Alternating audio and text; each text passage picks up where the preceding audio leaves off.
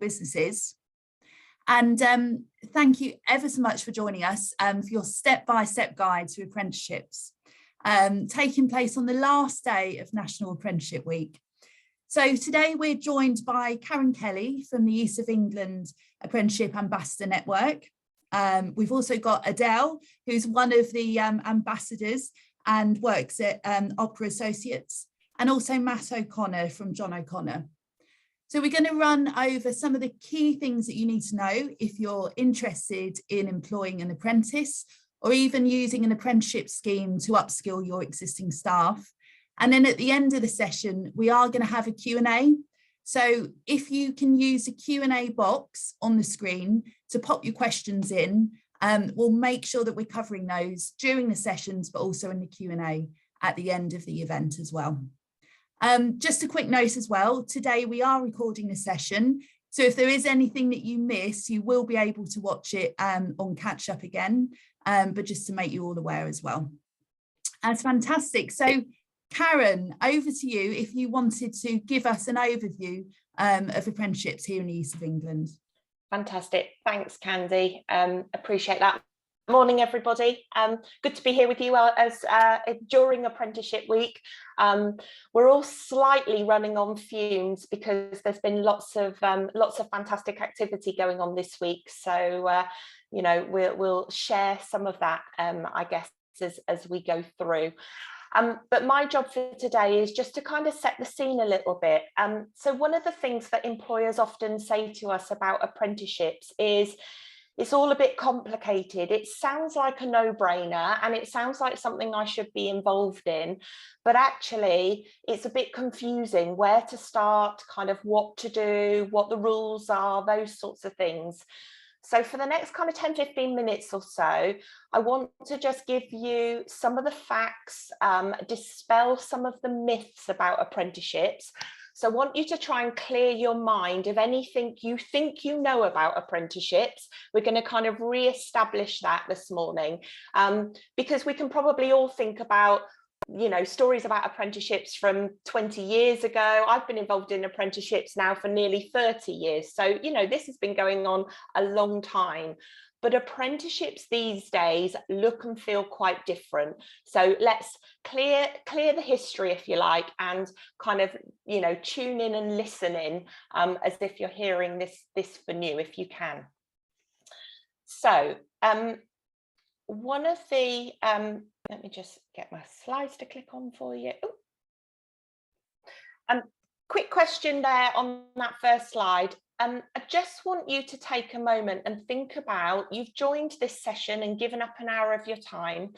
What would it be good to know? What would you like to go away from this session knowing or having kind of clarity around?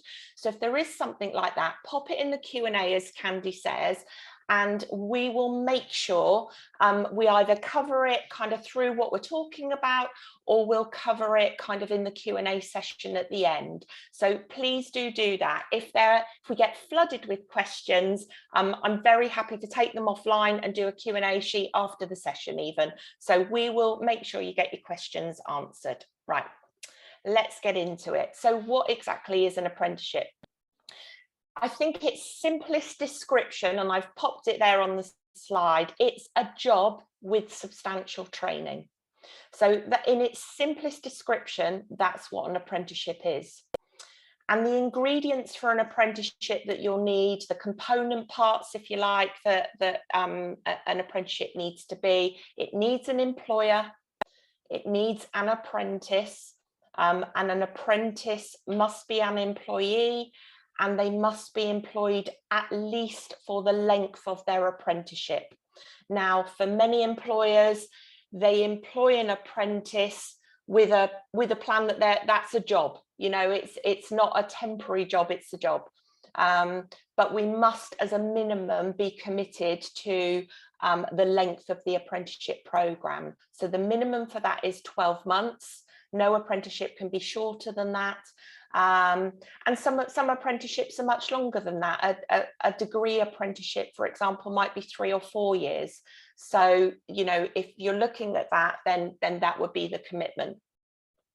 We have to have a training provider working as your partner, and government have a kind of an approved list of training providers. So they've already been through some checks and some due diligence, which should help to give you some confidence as an employer. And then an apprentice has to be working towards or studying against an approved apprenticeship standard, or often called an apprenticeship programme. And as we sit here today, there are exactly, because I checked last night, 642 apprenticeship standards that are on offer. So types of jobs and roles that you could do an apprenticeship in.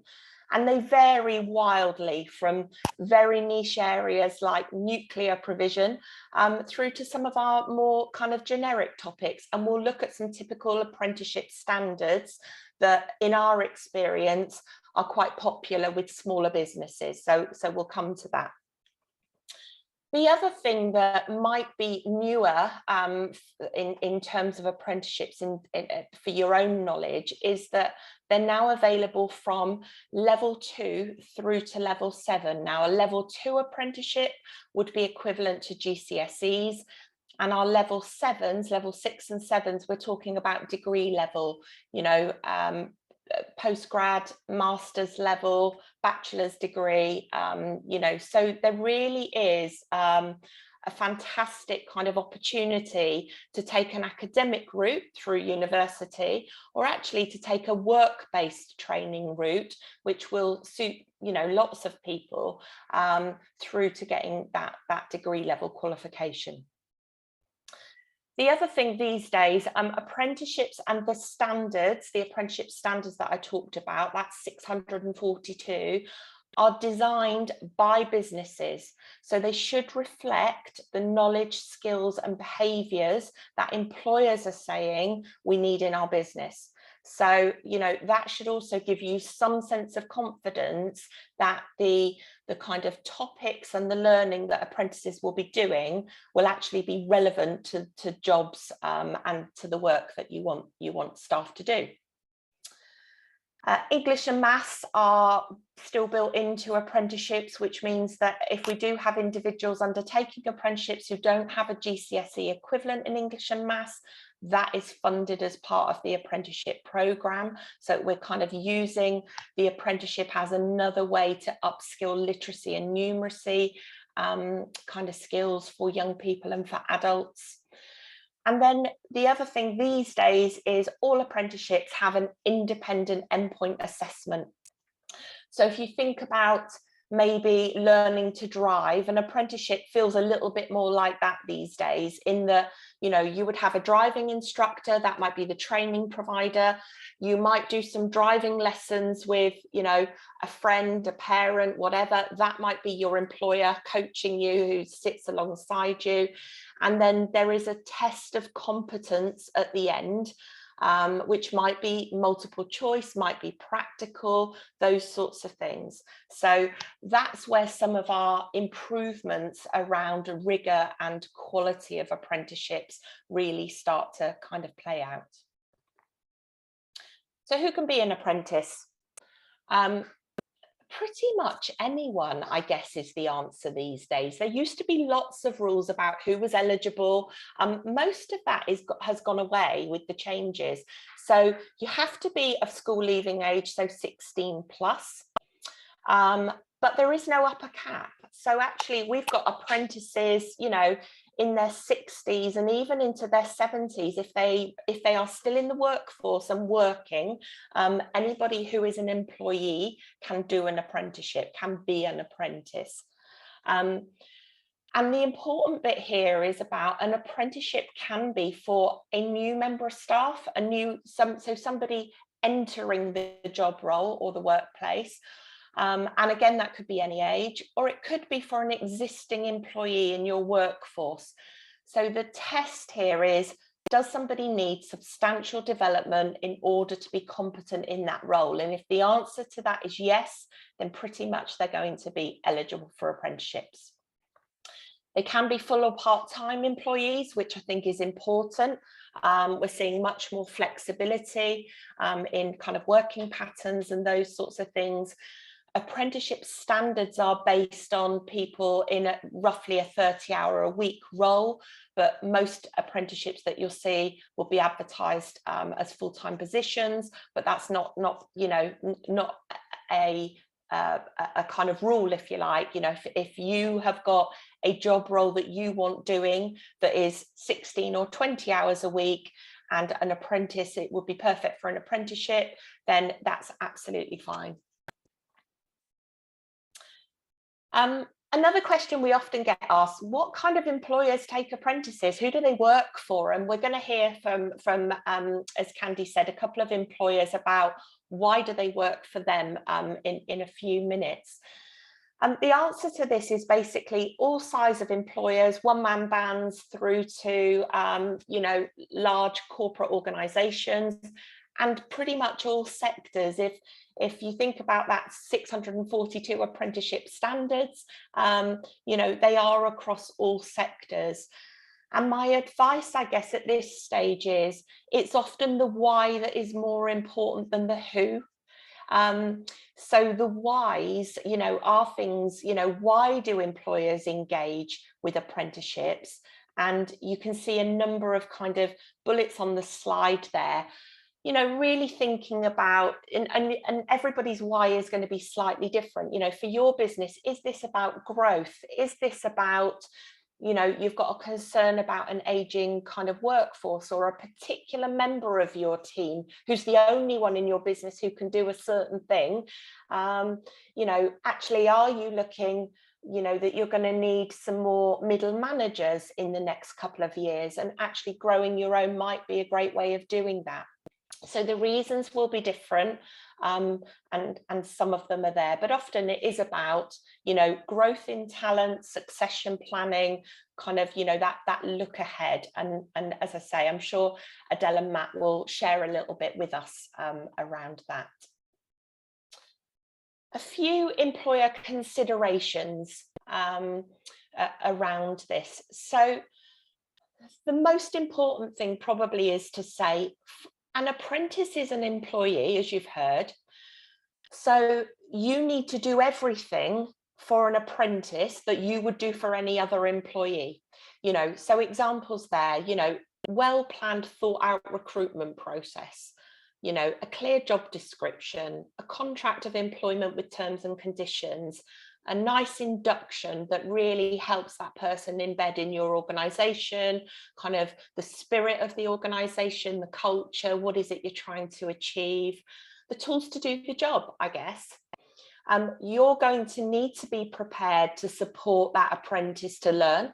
So remember, these are individuals who need substantial learning. So that's part of your commitment to the apprenticeship, that you're going to be supporting both their on and their off the job training. Excuse me. Their off the job training will be mostly supported by the training provider, delivering training sessions to them.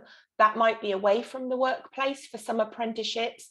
That might be in the workplace with either visits or blended and online learning sessions. There's a whole range of ways that kind of off the job work happens. But actually the learning and the guidance to this is around 20% of their job role should be focused on learning time, is expected to happen during contracted hours. So it's important to say that. Obviously, there's an investment of time of doing anything new, and I probably think that's the bigger commitment in this if you're thinking about it. You know, it does take a bit of time to plan and to think about kind of new job roles and kind of where it's going to sit in your organisation.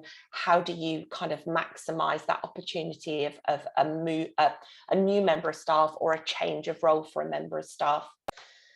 There's definitely an investment to make in building a relationship with a training provider.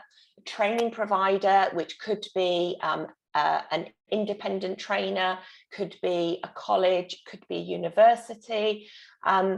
they are like any other supplier to your business. So actually you need to build that relationship. You need to find what works for you both. You won't always get that right first time, but actually, you know, there are a number of options around there with training providers. So talk to peers, talk to other employers about which providers they use, perhaps where do they get a good experience, and I'll look at that in a second with you as well. Time to induct, you know, those sorts of things. Obviously, setting our apprentices up well will obviously reap benefits in the long term. And I'm just going to come to salary or expenses, because that's often a kind of hot topic for small businesses. Apprenticeships do have their own national minimum wage rate. And I'm kind of sorry to say it's really low. It's £4.30 an hour. So legally, that's the minimum that you can pay an apprentice. It's due to go up in April, like national minimum wage does every year. So apprentices can absolutely be a kind of really affordable way to bring talent into your business and maybe grow with you as you go. I would generally counsel against paying the lowest wage you can, because often, you know, those jobs then don't look particularly attractive to people moving into them. So if you're looking to find bright, spark, new talent, are you really going to find it on a wage where actually it's not a kind of living wage, if you like, and people are going to struggle to get to work? You know, all of those kind of things. So just consider it. So, you know, the general expectation is apprentices, while they're in learning, will be paid probably a lower rate than other staff doing the same role, with an opportunity then to kind of, you know, grow that salary as their effectiveness and their responsibilities grow within the business. And I'm sure perhaps we'll pick up on some of that in the questions. Some costs and incentives. There's quite a lot on this slide because there's detail around it, and I wanted to make sure you've got the information. Won't necessarily talk through all of it at the moment. As a small business, so we've got two kinds of ways into funding apprenticeship. We've got levy paying employers, which generally are large employers with a pay bill of 3 million or more. So I doubt we've got anybody on this call in that space. So we're going to talk about non-levy paying businesses. And the cost to a non-levy paying business is going to be 5% of the cost of the training programme. So government contributes 95% of the training cost, and your job will be to pay 5% towards it. We'll pick up what that looks like in a moment. There are incentives if you are a small business with fewer than 50 employees. So if you recruit a young person, then actually you don't have to contribute the 5%. So that's part of kind of government kind of trying to drive a focus on, you know, younger people in joining the workforce earlier in their careers. And there are some, you know, there's £1,000 incentive around that. We've had a time limited incentive for the last 18 months probably of £3,000 for any new apprentices. Now that has ended in terms of recruitment, but I've left it on the slide because if you have recruited anyone into your business that started between October and the 31st of January, they could potentially, if there's an opportunity to start an apprenticeship programme before the end of March, you could still attract that £3,000 incentive into your business. So I've left it on there because it might apply to some people. For smaller businesses, government will fund up to 10 apprentice places every year.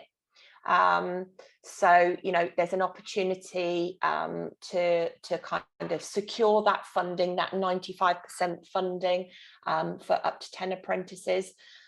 And we do have, there is a levy sharing initiative, which means that Large levy paying employers, so those big guys that we were talking about with a large pay bill, do have the opportunity to offer to share their unspent levy with smaller businesses who might like to access it. So if the 5% contribution to the training is a barrier for you, then absolutely, and I've popped a link at the end of the slides around kind of where you can find out about levy share. So there could be an opportunity to have a contribution towards that. One of the best kept secrets, I would say, in terms of apprenticeship remit as well, is that you don't pay Class 1 national insurance contributions for under 25s. So again, when we're thinking about salary and setting that rate right, do consider that. So it's another benefit, I guess. Right, so how do I start? What I'm going to share with you and just give you a quick walkthrough. Let's see if this works. Yeah. So I quite often get asked, Karen, there's loads of information out there. It's a bit confusing. Kind of, where do I need to look? If you're new to this, this is where you need to go. And I'm going to give you a really kind of quick walkthrough so that actually you can see how simple it is. The tricky bit is probably recruitment and finding that right training provider for your mix, but this will help you on that. So we're going to find apprentice training for our apprentice, and we're going to click that, and we're going to say, okay, these are all the apprenticeships. So we've got 625 apprenticeships. Clearly, you don't want to scroll through them in alphabetical order, but actually it does start to give you that flavour of what types of apprenticeships are available. I'm always a bit sad it starts with abattoir worker, but I guess we haven't got any aardvark keepers yet. So if we said in our business, we're kind of interested in thinking perhaps about a sales role, that might be something that we think about. So if we search by the word sales, what we then get is 20 results giving us the types of apprenticeships that have got sales as part of their remit. We can kind of have a look down those and think, oh yeah, actually, is it customer service? Is it a marketing assistant I might be interested in? Is it a sales executive? Actually, is it somebody, that's going to lead that kind of end-to-end journey? So let's click on that one and find out a bit more about it. Each apprenticeship then will have this information. So you can start to kind of think, no, that doesn't feel like the job that I'm thinking about, and go back and have another look. This tells you the qualification level. It gives you a typical duration. So when I was saying to you, they've got to be a minimum of 12 months. This one's telling us the likely apprenticeship length is 18 months. The maximum funding here for this apprenticeship programme, so this is for the training side of it, is £6,000. So when we're thinking about your 5% contribution, it would be 5% of that £6,000. So quite a low amount, when you look at it. Types of job roles there. We can say, okay, so I can click on the actual apprenticeship standard and see all of the knowledge, skills and behaviour. So if I really wanted to look at the detail of it, I can click straight through to that. It takes me to the Institute site, and you can look at all of the detail. We won't do that now. But let's have a think about, okay, so I think this is the right apprenticeship for me. Let's say I am in Hitchin in Hertfordshire, and what then is going to come up, 43 results. This is the list of training providers that offer sales executive at level 4 that could cover your geographical location.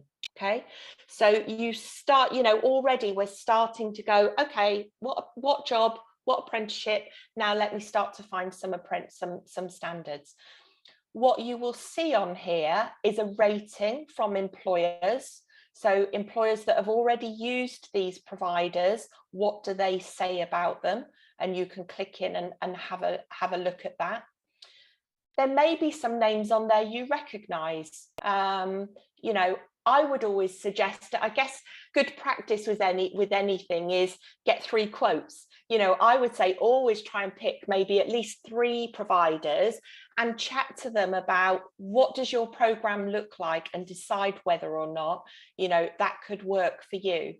And if I just click on one of them, what you then get is a little bit of blurb about something about that training provider, so you get a sense of perhaps what they offer and their experience. Tells you a little bit more about where they're based perhaps. You can email them, you can phone them, you can click on their website and do a little bit of desktop research. You could create a shortlist from here. And you can also see what other courses do they deliver. So you can start to see, okay, they do other things in this space. So actually, if the sales exec wasn't right for me, maybe they could advise me on other things. Okay, so that is a whistle-stop tour in terms of how you might go about finding it. Now I've lost you. Let me just share back to my slides for a second. There we go. Okay, last little bit from me. What we've popped together here from chatting to some of our employer ambassadors are typical, and I say typical because there's no right fit for anybody, but typical apprenticeships for smaller businesses that most small businesses might have a kind of role in this, just to give you some sense. So, you know, business administrator level 3 is a great kind of entry level into any business. You know, somebody coming in, joining the business, getting involved in all sorts of tasks. And actually what you tend to find out, or what we tend to find smaller businesses doing, is saying, I took someone on as a business admin person into my company as an apprentice, but actually what we found through the apprenticeship was they had a real niche around marketing, or they really started to kind of get involved in the people side of it, and we're thinking about a potential HR role in the future. So business admin is a really nice kind of generic entry, learn about the business, and then start to kind of see, because they get involved in all sorts of tasks, of course, in a small business, you know, start to see where they go. But, you know, you can see the sorts of apprenticeships there. If an apprenticeship isn't right, what are the other options? So, you know, an apprenticeship is not right for every business at this moment in time. And we're definitely not here saying, you know, every house should have one. We're saying, know the facts, work out if it's right for your strategy, and if it is, here's the way to get into it. You will have heard, I'm sure, about perhaps some of these other types of programs. Kickstart, kind of a number of you probably have been using or tried Kickstart. Has ended now, but I kind of wanted to have everything on here to show where things sort of fit together. Traineeships and industry placements are ways where those are much more work experience type. So they could be almost try before you buy type approaches to getting younger people into your workplace, or having an extra pair of hands, you know, for projects and work that you're doing. Traineeships and industry placements through T-levels often progress into an apprenticeship. So, you know, sometimes it's the right way for a smaller employer to start, and then thinking about, you know, that person you gave an opportunity to could then turn into an apprenticeship and an employee as you go forward. And the last bit from me, I guess, is, you know, having just talked about incentives and those sorts of things, make it business driven, not incentive driven. We often see employers saying, oh, I saw there was £3,000 on offer. How can I get my hands on that? £3,000 is helpful, but let's kind of, you know, let's remember that actually taking on any new employee in a business takes effort and time and consideration. So think about the big picture, think about, you know, is this a moment of opportunity? We're definitely seeing kind of post-pandemic in the first quarter of what we call the academic year. So that's August to October in 21. We've seen a 43% growth in new apprenticeship starts compared to the previous 2 years, which is brilliant. So, you know, it's definitely on the up again in terms of growth.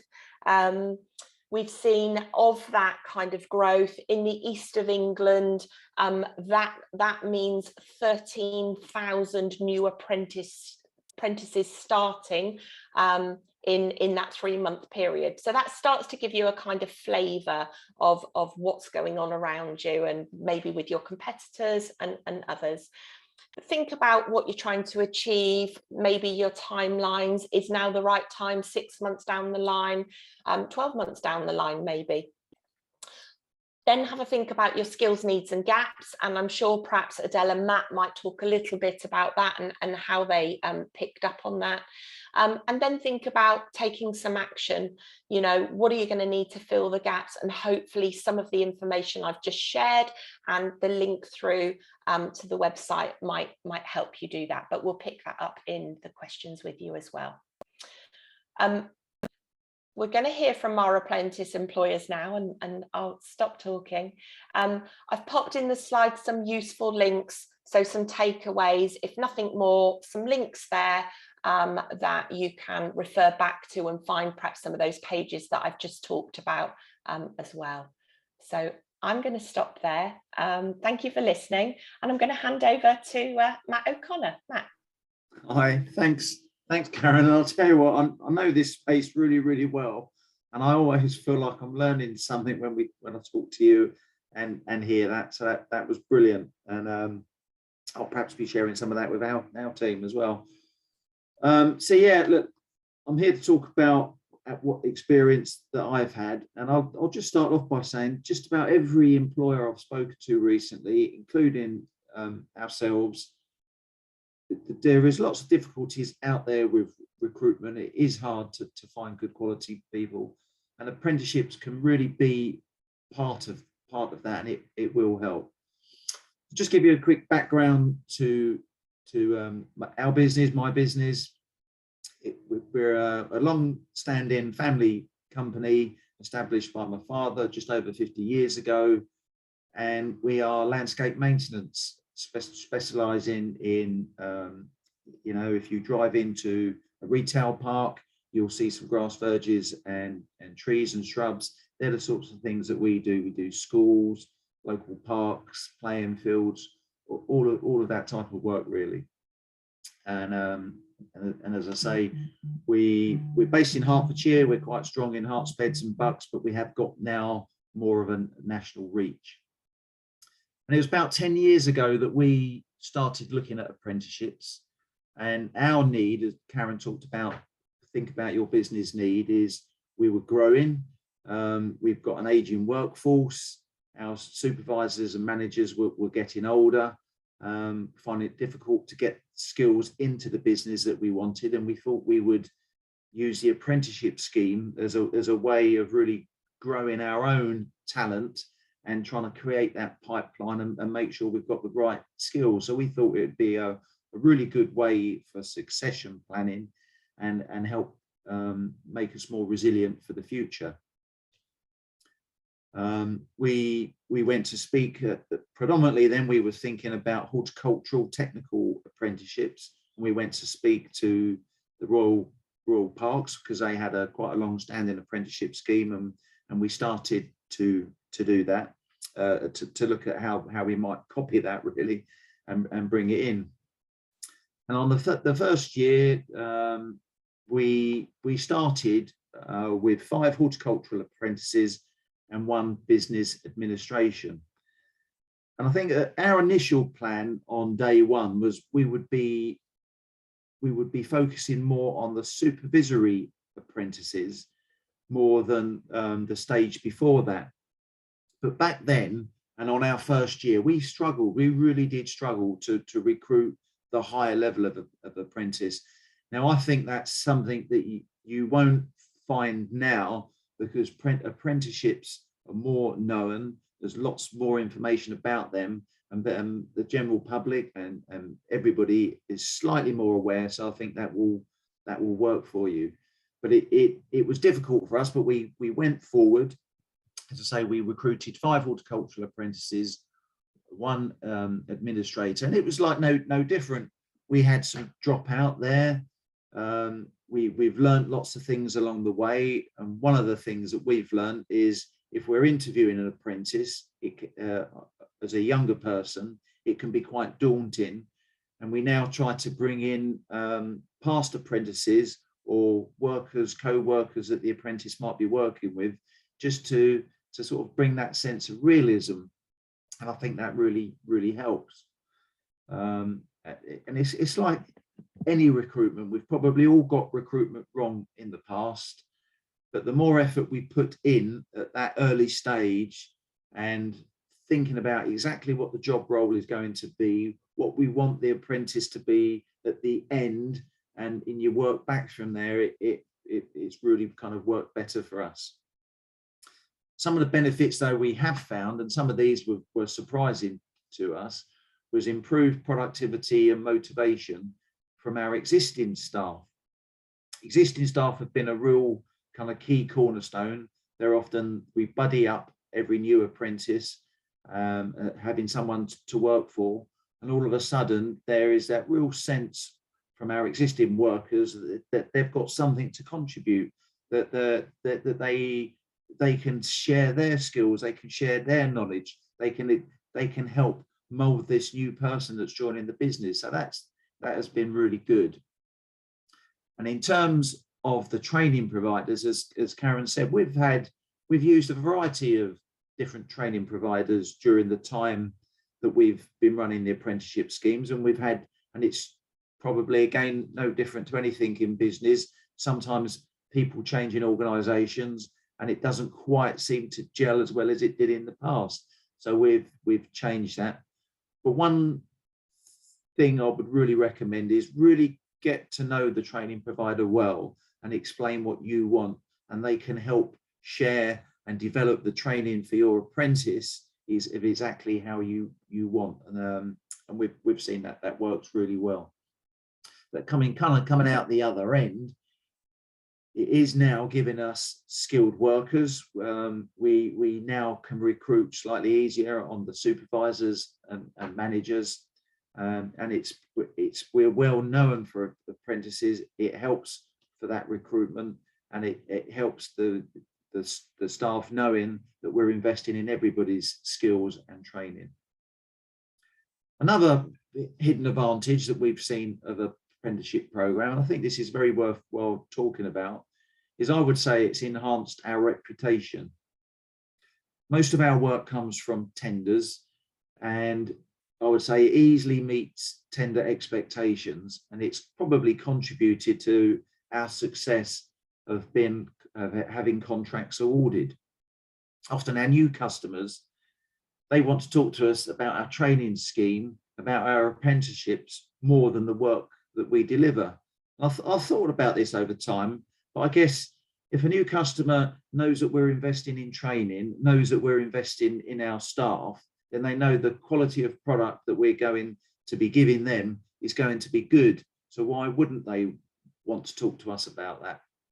But it's not something that we had originally thought about.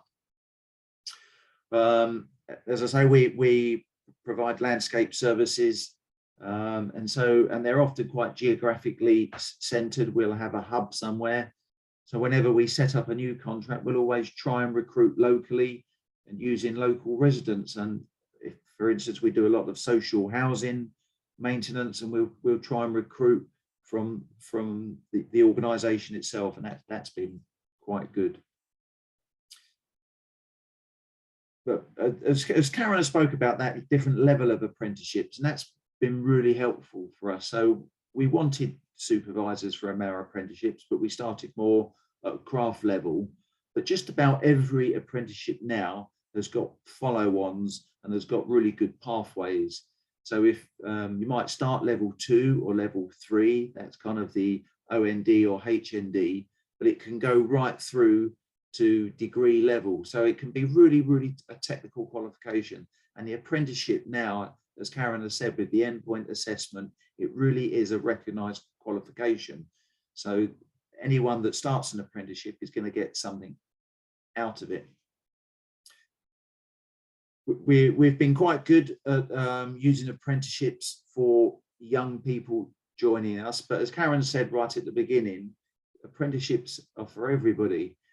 And one thing that we've now gone back to, we started our apprenticeship before we were levy paying, but we're of a size where we do pay the levy, and we needed to use more of that. So we're using the apprenticeship now for all of our existing managers and supervisors, and we've built a training program for us that works.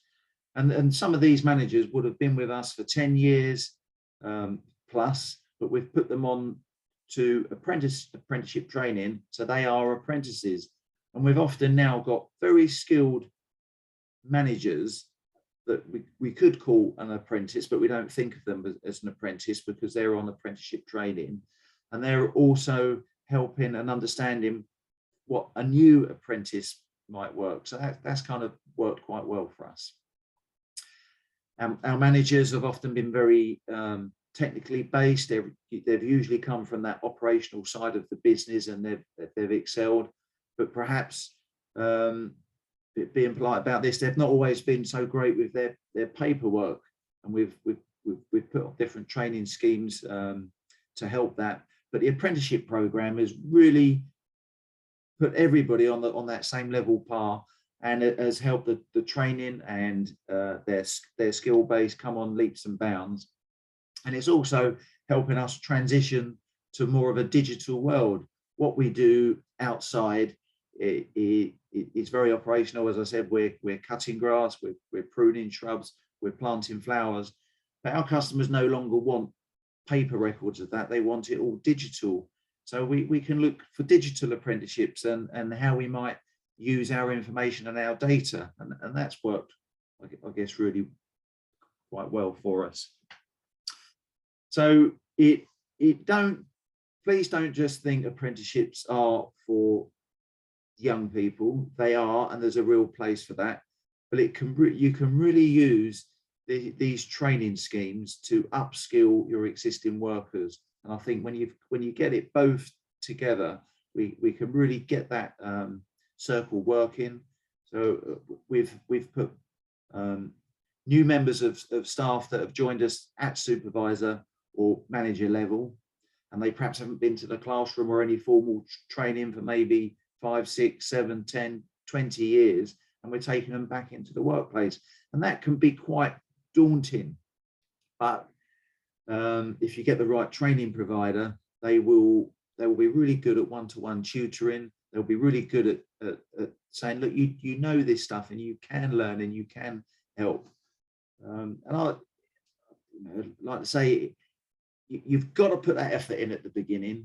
You've got to ensure that you've thought that this is an employee, that they're not just being looked after by the training providers. You need to do your side of things as well. And if you get all of those things right, you can end up with something that's really good, and it will be self-fulfilling. I really think that, and it's I would say it's helped us to grow. We've continued to grow throughout the 10 years since we started. We've had a few ups and downs along the way, like probably most businesses, but it's something that we will continue to invest with and keep going for the future. I don't know, yeah, so that's kind of us. I'm expecting we might get some questions afterwards to tap into, but great. Should we hand over to Adele then and let Adele's a quite a different business. I'm sure it's got some complementary info. Off you go, Adele. Thank you. Thanks, Matt. That was some really great insights and advice, which I will echo, I'm sure. So just to introduce myself, I'm Adele from OPRA Group. We are a people services business, a small people services business, only a few years into our existence. Just a short recap on my experience. My personal apprenticeship life started about 15 years ago when I worked for a large corporation, and apprenticeships were fairly new in professional services. So I was able to learn a lot, use the environment that I was in to understand apprenticeships and the world of apprenticeships, and kind of maximise the support I got in a large organisation. And things have changed a lot over the last decade, and I've been able to bring a lot of that through to running my own business now, and using apprenticeships in a smaller organisation. So as I say, OPRA are a people services business, and what that means is we provide HR, apprenticeship and recruitment consultancy, which is my background. We have apprentices here because predominantly they allow us to upskill new staff and our existing staff. I think it's, you know, like everybody throughout the pandemic and now at the start of 2022, we've been in a position where, thank goodness, we've had lots of business coming in, but not necessarily the funding or the time to or the resource to invest lots in new staff. Apprenticeships have allowed us to employ individuals without necessarily the skills we need, but with the enthusiasm to learn via an apprenticeship.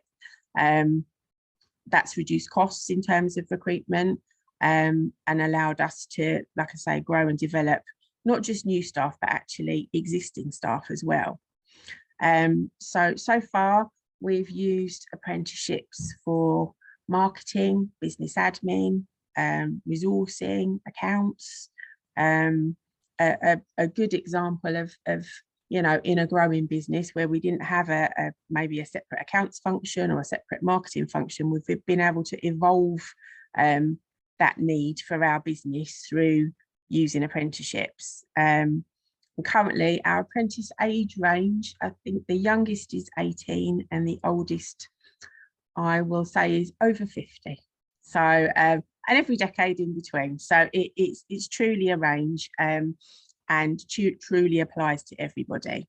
I think it's particularly sensible to consider, for me, apprenticeships in a small business because of the reduced costs for recruitment and salaries, if I'm honest, but also the additional support that we find from the training providers. So as you've heard from Karen and from Matt, there is honestly additional time and support needed from you as an employer to support an apprentice. But what's often lost is the fact that the training providers themselves will provide you an additional level of support, management, insight to manage your staff, and that's both in a learning sense but also a pastoral sense. It's really important to realise when you start a journey of apprenticeships that it's a three-way thing.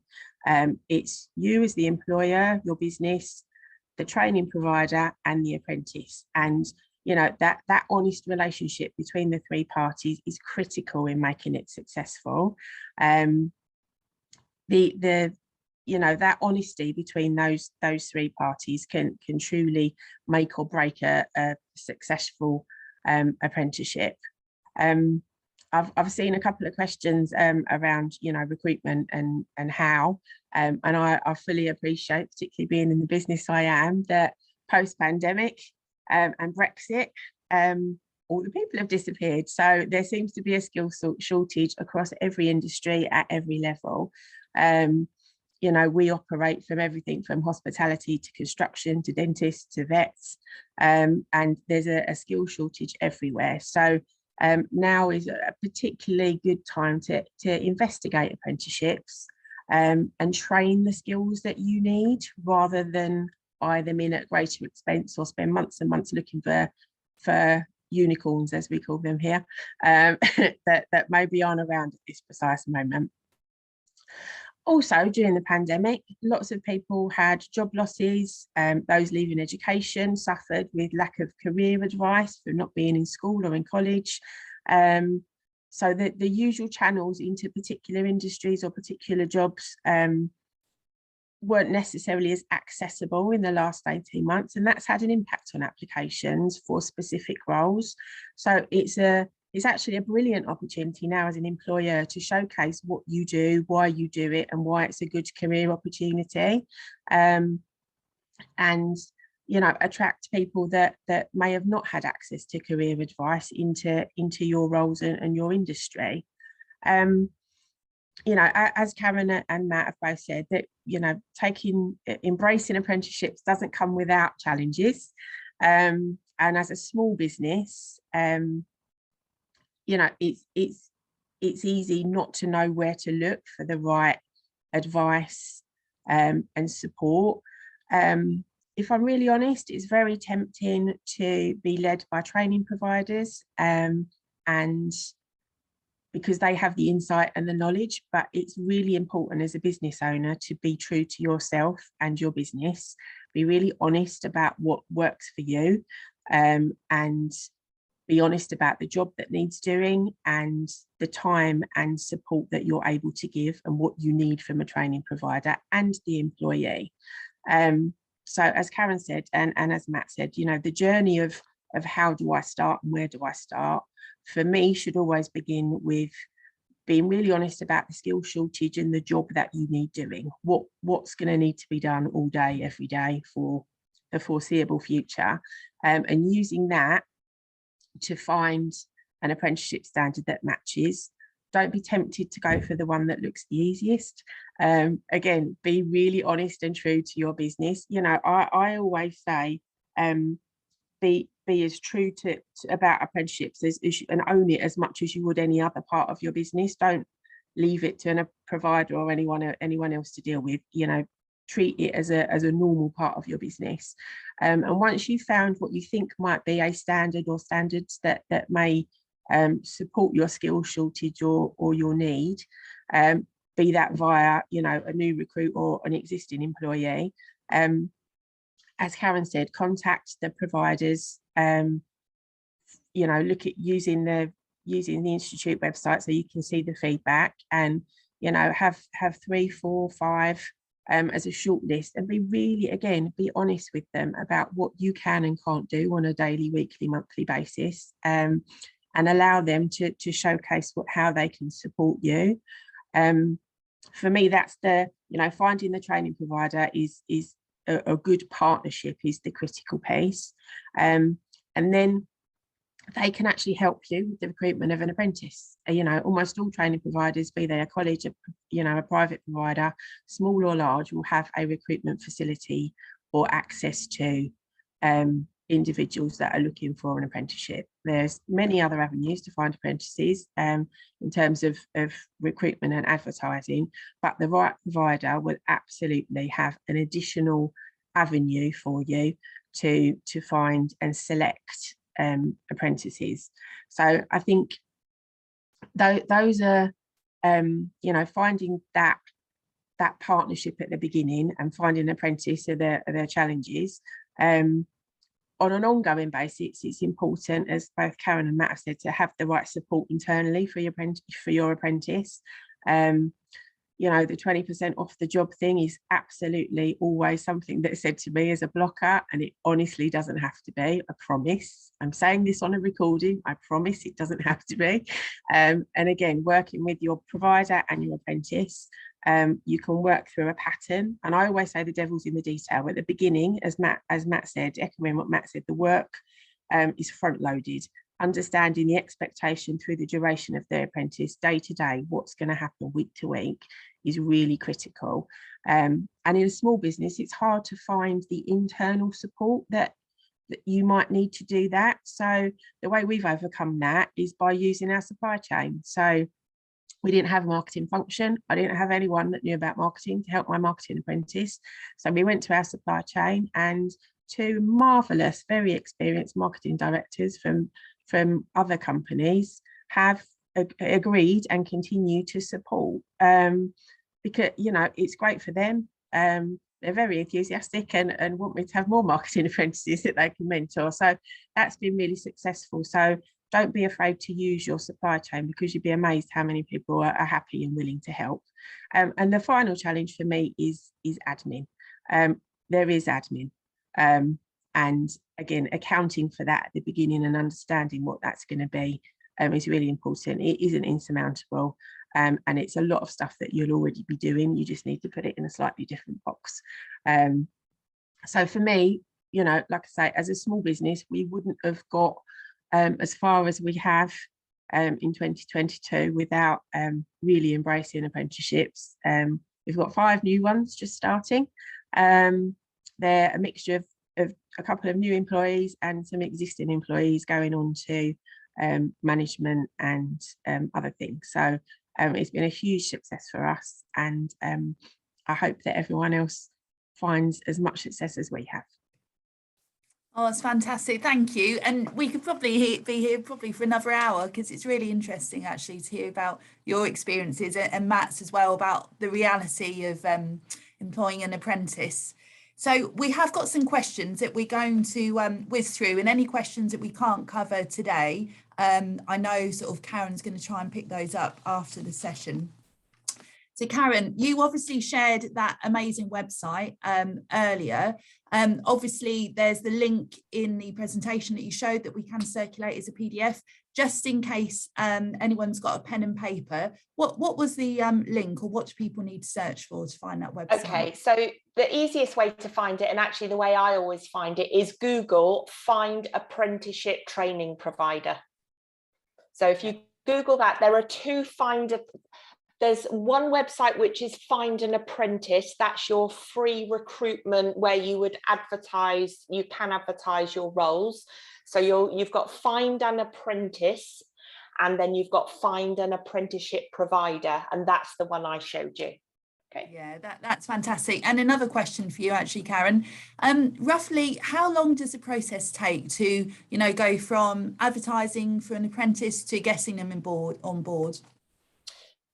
So honestly, it's like any recruitment. I mean, Matt before Christmas or middle of last year did an amazing job and literally advertised an apprenticeship and recruited it within 48 hours and started the following week, just because he got loads of interest, shut the advert quickly, and whatever. For other apprentices, you know, actually, you know, if you're in a demanding market at the moment, it might be more challenging, but I would say it takes a similar amount of time to any other recruitment process.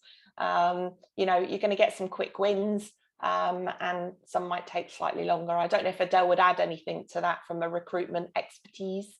Yeah, I think, you know, if standard across all levels, across all industries, whatever, for recruitment is 8 weeks.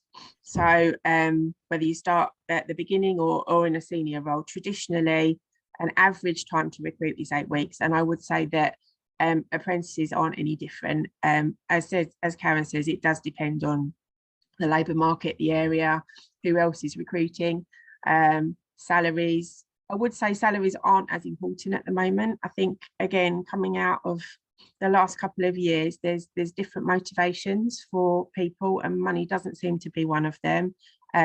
Work-life balance, flexibility, and learning seem to be the themes rather than salaries. I would echo what Karen said and not steer towards the lower apprenticeship rate, if I'm honest, because it doesn't really apply. But I would say usually, yeah, around 8 weeks would be a sensible time to allocate. That's great. Thanks, Adele. Thanks, Karen. So we've got a few more questions, just digging a little bit deeper into funding. So how much funding would you hope to get for an apprentice aged 25 plus for their training? Obviously, there was a question around 24 and under would be 100%, but does it go to 95% sort of post 25? Yeah, so it goes to 95% post 19.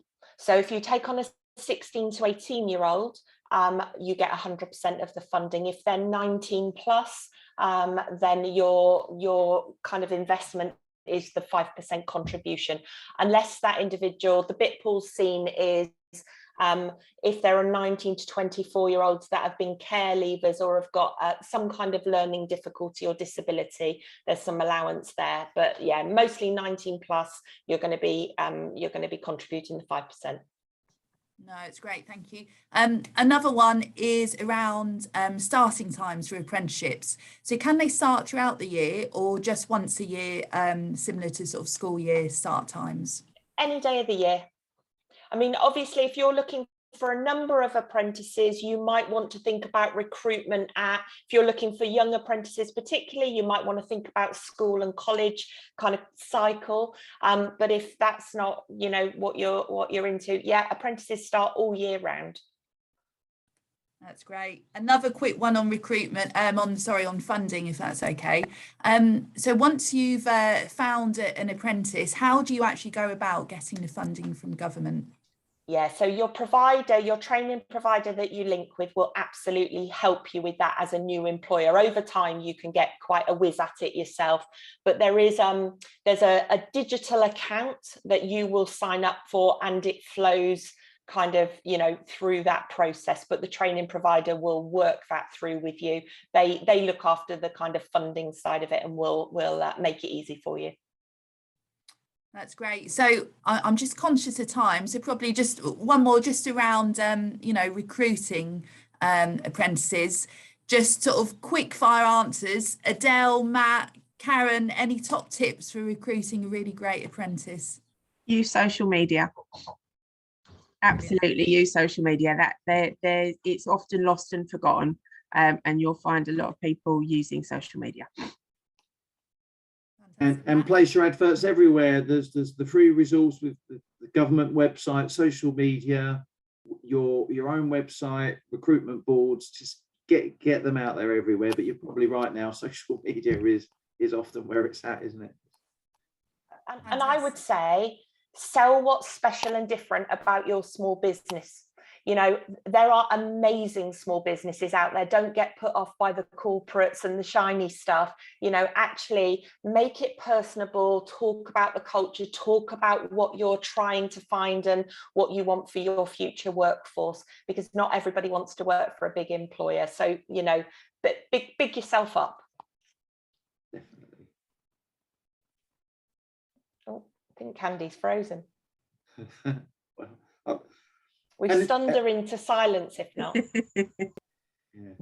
And for the apprentices themselves, they're going to get a really great experience in a small business, because as we know, small business owners, you end up getting involved with everything, and you'll have so much to show and to share with the apprentice. They might get exposure to other things that wasn't originally even thought about. But really good. Yeah, no, absolutely. Okay, are you back with us, Candy? We lost you there for a minute. We will wrap this up though, because I think sorry, internet connections are... All right, we will wrap this up because I think the connection's tricky, and we're getting we're getting noisy background. Thank you so much for joining us all with this session today. We hope you found it useful. I'll pick up with Candy in the background to answer any of the questions that we haven't got to. There are quite a lot of questions around perhaps recruitment and that side of things. Genuinely, I would offer to FSB, if you want us to come back and run a more specific session about a particular area, we'd be more than happy to do that with you in the future. But for today, really appreciate everybody's time. Have a great Friday and rest of the weekend. Have a look at our links. We're on LinkedIn as the East of England Apprentice Network, or our Twitter feed, and you'll hear some more information. Yeah, wish you all a good weekend. Thank you.